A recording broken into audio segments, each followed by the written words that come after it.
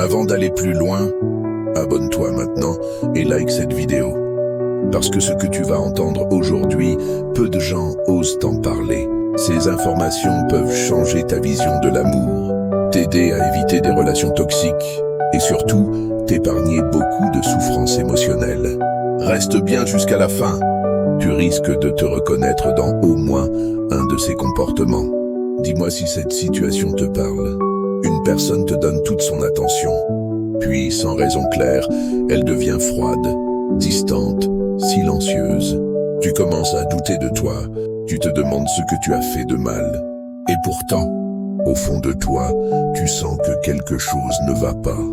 Ce n'est peut-être pas de l'amour. C'est peut-être de la manipulation émotionnelle. Et le plus dangereux, c'est que ces techniques sont souvent invisibles, mais extrêmement efficaces. Aujourd'hui, je vais te montrer comment les reconnaître, pour ne plus jamais tomber dans le piège. Avant d'aller plus loin, il est important de poser une base claire. La manipulation amoureuse, ce n'est pas aimer trop fort. Ce n'est pas non plus être maladroit en amour. La manipulation amoureuse, c'est quand une personne utilise les émotions de l'autre pour le contrôler, consciemment ou non. La peur de perdre, le besoin d'être aimé ou le manque de confiance en soi. Et si ces techniques fonctionnent, ce n'est pas parce que tu es faible, c'est parce que le cerveau humain est naturellement programmé pour rechercher l'attachement, la validation et la sécurité émotionnelle. Les manipulateurs exploitent exactement ces mécanismes. L'espoir, le doute, la culpabilité, jusqu'à te faire croire que le problème vient de toi. L'objectif de cette vidéo n'est pas de t'apprendre à manipuler. L'objectif est bien plus important. T'aider à comprendre, à reconnaître ces comportements et surtout à t'en protéger. Parce que connaître ces techniques ne sert pas à manipuler, mais à ne plus jamais être manipulé. La première technique est aussi la plus répandue et souvent la plus destructrice. On l'appelle le chaud et le froid. A description. Au début, tout est intense. Message constant, attention totale, compliments, présence. Tu te sens spécial, choisi, important. Puis, sans explication claire, la personne devient distante. Moins de messages, moins d'efforts, parfois même du silence. Ce contraste n'est pas un hasard. Il crée un manque artificiel. Quand l'attention disparaît soudainement, ton cerveau cherche à la retrouver. Tu t'accroches au souvenir du chaud, en espérant qu'il revienne. Effet psychologique. Le mécanisme provoque deux choses très puissantes. La dépendance émotionnelle. Tu ne cherches plus l'amour. Tu cherches à retrouver ce que tu avais au début. La confusion et l'obsession. Tu te poses sans cesse les mêmes questions. Qu'est-ce que j'ai fait de mal? Pourquoi il ou elle a changé? Comment redevenir assez bien? Et pendant que tu doutes, l'autre garde le contrôle. La phrase typique. Tu comptes pour moi, mais j'ai besoin d'espace. Cette phrase entretient l'espoir tout en justifiant la distance. Elle te garde émotionnellement accroché, sans engagement réel. Message clé. L'amour sain n'est pas un ascenseur émotionnel. Il ne te rend pas anxieux, il ne disparaît pas sans raison. Et l'amour sain est stable, pas imprévisible. Si quelqu'un te fait constamment passer du tout au rien, ce n'est pas de la passion, c'est un déséquilibre émotionnel. Transition naturelle vers la suite. Et si cette technique t'a déjà fait douter de toi, attends de voir la suivante. Parce que la culpabilisation est encore plus sournoise. La deuxième technique est plus discrète que le chaud et le froid, mais souvent beaucoup plus dangereuse. Parce qu'ici, le manipulateur ne disparaît pas. Il te fait croire que tout est de ta faute. A description. La culpabilisation consiste à retourner systématiquement les situations contre toi. Peu importe le problème, peu importe le contexte, la conclusion est toujours la même. Tu aurais dû faire mieux. Quand tu exprimes un malaise, une limite ou un besoin, la discussion ne mène jamais à une solution. Elle mène à ta remise en question personnelle. Effet psychologique. Cette technique agit directement sur ton estime de toi. Auto-accusation permanente. Tu t'excuses même quand tu n'as rien fait de mal. Peur de décevoir. Tu fais passer les besoins de l'autre avant les tiens, par crainte de provoquer un conflit ou un rejet. Perte de repères émotionnels. À force, tu ne sais plus si ce que tu ressens est légitime. Le manipulateur devient le juge. Et toi, l'accusé? Je vous prie de t'abonner à notre chaîne, La Sagesse du Cœur, pour plus de détails sur les relations. Iades. Phrases typiques. Si tu m'aimais vraiment, tu ferais ça. Tu exagères toujours. C'est toi qui compliques tout. Ces phrases ne cherchent pas à comprendre, elles cherchent à faire taire. Message clé. Dans une relation saine, on peut se tromper sans être humilié, on peut dire non sans être puni. L'amour n'utilise jamais la culpabilité comme moyen de contrôle. Si tu te sens souvent coupable d'exister, de parler ou de poser des limites, ce n'est pas de l'amour, à transition fluide.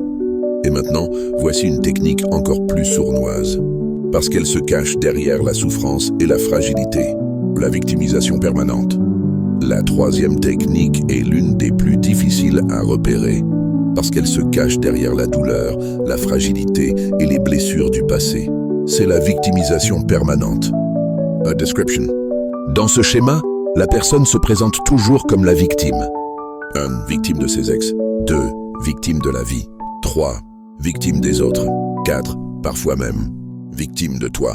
Peu importe la situation, il y a toujours une raison pour expliquer pourquoi elle ne peut pas faire d'efforts, pourquoi elle ne change pas, ou pourquoi tu dois comprendre encore et encore. Progressivement, tu prends un rôle précis, le sauveur, effet psychologique. Cette technique crée un attachement basé sur la pitié et la responsabilité. 1. Tu donnes plus que tu ne reçois. Tu excuses des comportements inacceptables parce qu'il ou elle a souffert. 2. Tu te sens responsable de son bonheur. Tu restes, non pas par amour, mais par peur de l'abandonner. 3. Tu t'oublies complètement. Tes besoins passent après ses blessures. Pendant ce temps, rien ne change réellement. Phrase typique. Tu es la seule personne qui me comprend. Tout le monde m'a toujours abandonné. Avec ce que j'ai vécu, tu devrais être patient. Ces phrases créent un lien émotionnel fort, mais un lien déséquilibré. Message clé. Aimer quelqu'un ne signifie pas se sacrifier. Comprendre une blessure n'oblige pas à tout accepter. Une relation saine ne repose pas sur la pitié, mais sur la responsabilité mutuelle. Si tu portes constamment le poids émotionnel de l'autre, si tu es toujours celui ou celle qui tient, ce n'est plus une relation, c'est une charge émotionnelle. Transition naturelle vers la suite. Et maintenant, parlons d'une technique qui joue directement sur la peur de perdre, à la jalousie provoquée. La quatrième technique est particulièrement toxique, parce qu'elle joue avec l'une des peurs les plus profondes. La peur de perdre la personne qu'on aime. Description. La jalousie provoquée consiste à créer volontairement un sentiment d'insécurité. La personne fait en sorte que tu sentes que tu n'es jamais totalement en sécurité émotionnelle. Cela peut prendre plusieurs formes. 1. Parler souvent d'autres personnes intéressées par elle. 2. Comparer subtilement. 3. Se montrer ambigu avec d'autres, devant toi, ou rappeler régulièrement qu'elle a des options. Rien n'est dit directement, mais tout est fait pour que tu ressentes. Et effet psychologique. Cette technique déclenche une réaction instinctive. 1. La peur de perdre. Tu fais plus d'efforts pour assurer ta place. 2. La compétition émotionnelle. Tu cherches à prouver ta valeur, même quand ce n'est pas nécessaire. 3. L'attachement par insécurité. Tu t'attaches davantage, non pas parce que la relation est belle, mais parce que tu as peur qu'elle se termine. Le lien devient une lutte, pas un choix. Et phrase typique. Beaucoup de personnes aimeraient être à ta place. On m'invite souvent, je pourrais sortir avec n'importe qui. Je ne veux pas te rendre jaloux. Mais bon, ces phrases ne construisent pas la confiance. Elles la fragilisent. Un message clé. Dans une relation saine, on ne rend pas l'autre jaloux pour se sentir important. On rassure. L'amour ne crée pas la peur, il crée la sécurité. Si tu te bats constamment pour ne pas être remplacé, ce n'est pas de l'amour. C'est une mise en concurrence émotionnelle. Une transition vers la suite. Et pour finir, voici la technique la plus silencieuse. Celle qui fait le plus de dégâts sans un mot. Le silence stratégique. La cinquième technique est probablement la plus douloureuse. Parce qu'elle ne fait pas de bruit. Elle ne crie pas. Elle ne s'explique pas. Elle fait disparaître. Description. Le silence stratégique consiste à couper volontairement la communication. Plus de messages, plus d'appels, plus de réponses claires. Ce silence n'est pas un besoin de calme. Ce n'est pas une pause saine. C'est une punition émotionnelle. La personne sait que ce silence va créer de l'angoisse, des questions et un besoin urgent de réparation et effet psychologique. Le cerveau humain supporte très mal l'absence de réponse. Auto-remise en question. Tu cherches ce que tu as fait de mal. Course à la réparation. Tu écris, tu rappelles, tu t'excuses, même sans comprendre pourquoi. Perte de pouvoir émotionnel. Tu donnes le contrôle à l'autre. Le silence devient une arme. Phrase typique, quand la personne revient. J'avais besoin de réfléchir. Tu m'as énervé, donc j'ai pris mes distances. Tu sais comment je suis. Aucune vraie discussion, aucune résolution. Seulement un cycle, un message clé. Dans une relation saine, on parle des problèmes. On ne disparaît pas. Le silence n'est pas de la maturité quand il sert à punir. Si quelqu'un utilise régulièrement le silence contre toi, ce n'est pas une personne calme.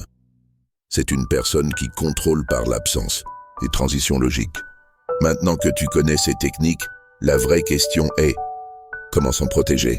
Connaître les techniques est une chose, savoir s'en protéger en est une autre.